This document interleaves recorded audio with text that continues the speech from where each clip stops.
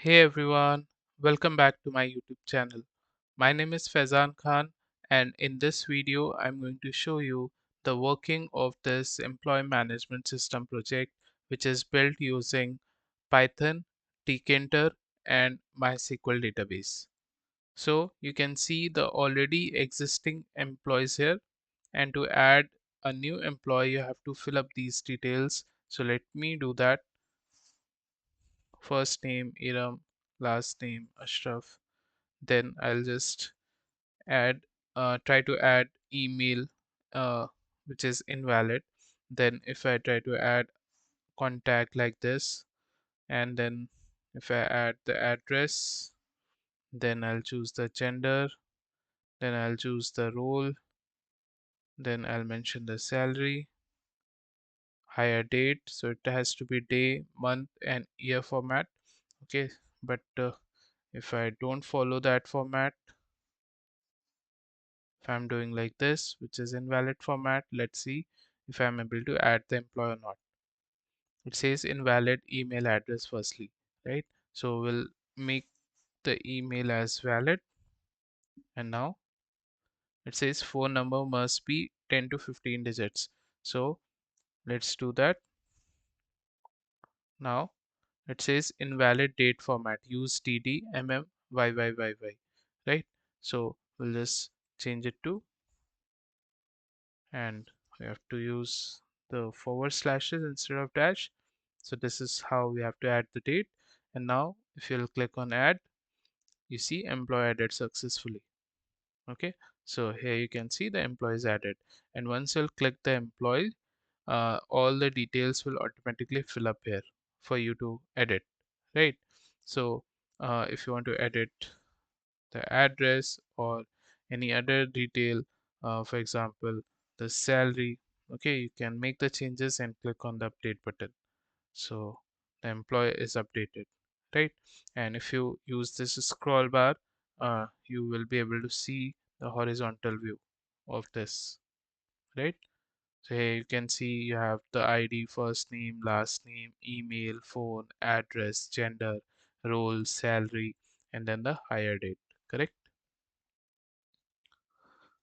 And if you don't want any record or any employee, just select that employee and click on the delete. And are you sure you want to delete this employee? Yes. So that employee record will be deleted. Okay. And if these details are filled up, you can use this clear button to clear these fields. Then you can do real-time searching. So for example, if I want to search this record Faizan, so I'll just type FAI, and you can see it's doing the real-time searching, right? Similarly, I can also filter the role if I only want to see the admins. So I'll just select admin, and you can see there are 3 admins only, right? Similarly, if I want to see employees, so these are the employees. Similarly, HR, so these two are the HRs, and manager, these two are the managers, correct? Now if I want to uh, export only the admin, so I'll just filter it, and then we'll click on this export Excel, and this will export the admins for me in the Excel file. So data exported successfully. Now I can open this admin file, and here you can see ID, first name, last name, email, phone number, address, gender, role is admin, right? Then we have salary, then we have hire date. So all this data is getting exported in the Excel file, right? I hope this is clear. And if you want to export everything, complete data, just select all. Okay, don't apply any filter or any search, just select all and then export data, so you will be able to export the complete data from here. And now let me show you how you can run this project. So make sure you have Python, any editor like PyCharm or VS Code, and MySQL database installed on your system. If you don't have it, you can watch the YouTube tutorials how to install these softwares. Okay. Now if you are using PyCharm, you have to go to File, click on New Project, give a project folder name here like Employee Register, and choose your Python interpreter. I'm using 3.10 version. Then click on this Create, and you are free to use any Python version. So this will do the setup part.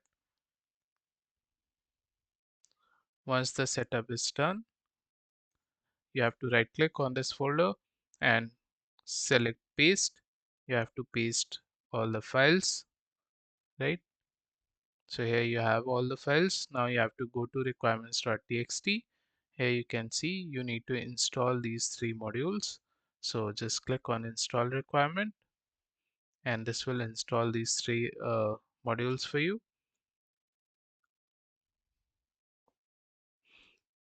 Once this is done, then you have to go to config.py file, and here you need to update your MySQL password. Mine is 1234. If yours is changed, then you have to enter that one here. Okay, everything else can remain as it is, and then you have to run this main.py file. So it says named no module named PyMySQL, but we have installed it, right? So if this doesn't get installed, then you can go to terminal.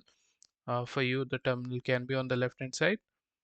So here you can type pip install -r requirements.txt.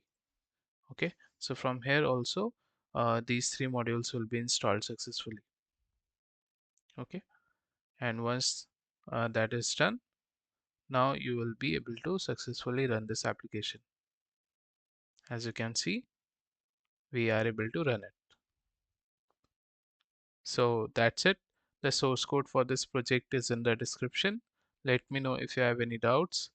Please like this video, subscribe to the channel if you are new, and share this project with others.